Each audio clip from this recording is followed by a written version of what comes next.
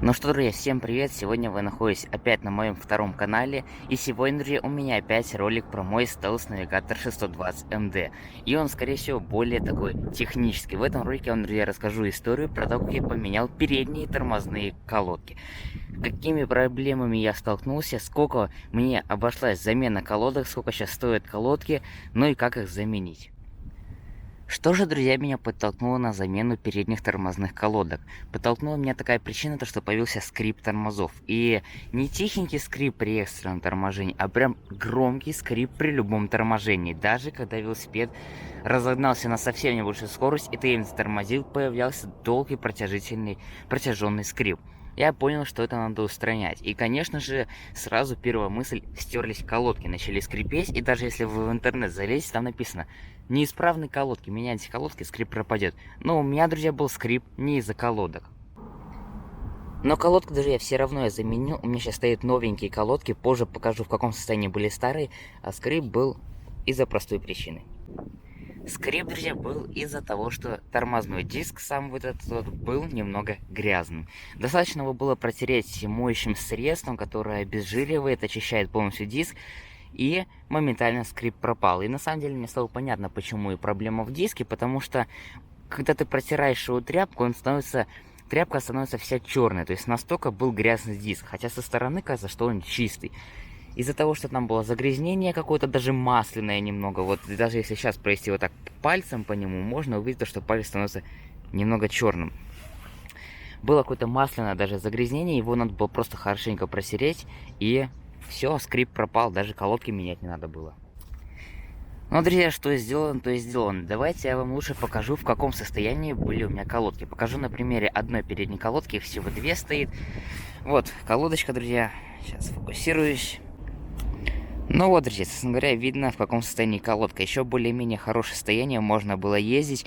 Видно, что, конечно, она подстерлась и есть износ, но он, друзья, вообще не критичный, можно было ездить и с такой колодкой. Вот такая, кстати, колодка. Необычная колодка, и самое интересное, они крепятся, друзья, на магнитах. То есть они, сейчас покажу вам, где магниты у нас стоят, они крепятся на магнитах, магнитные. Итак, друзья, чтобы снять колодки, нам потребуется сначала отвинтить два винта с правой стороны тормоза. Но это я показываю чисто на своей модели тормозов, потому что везде тормоза разные, и по-разному меняются колодки. Где-то нужно снимать колесо, у меня колесо снимать не нужно. Но на моей марке Shimano тормозов отвинчиваем вот эти два винта. Предупреждаю, закручено очень и очень туго. И закручивать их тоже нужно очень туго. Если до конца не докрутить, тормоз не будет работать. А закручиваться они, ну поверьте, очень уж туго. Откручиваем, снимается, собственно говоря, вот эта вот деталь. И там стоит правая колодка на магните. Ее снимаем, одна колодка снята. Для снятия второй колодки можно открутить, ну нужно отвинтить один винт. У меня он верхний. Когда мы его откручиваем, мы можем снять правую часть. Ну как, отодвинуть правую часть и оттуда точно так же вынуть с магнита колодку. Колодки, кстати, вот они стоят. Если видно, диск идет и по бокам колодки. Когда поставили новые колодки, сразу скажу, диск будет об них тереться, поэтому нужно будет поднастраивать. Поднастраивать можно тугость сжатия одной правой, левой колодки, вернее, сейчас покажу так, сводите при помощи вот здесь винта, и с той стороны тоже есть винт.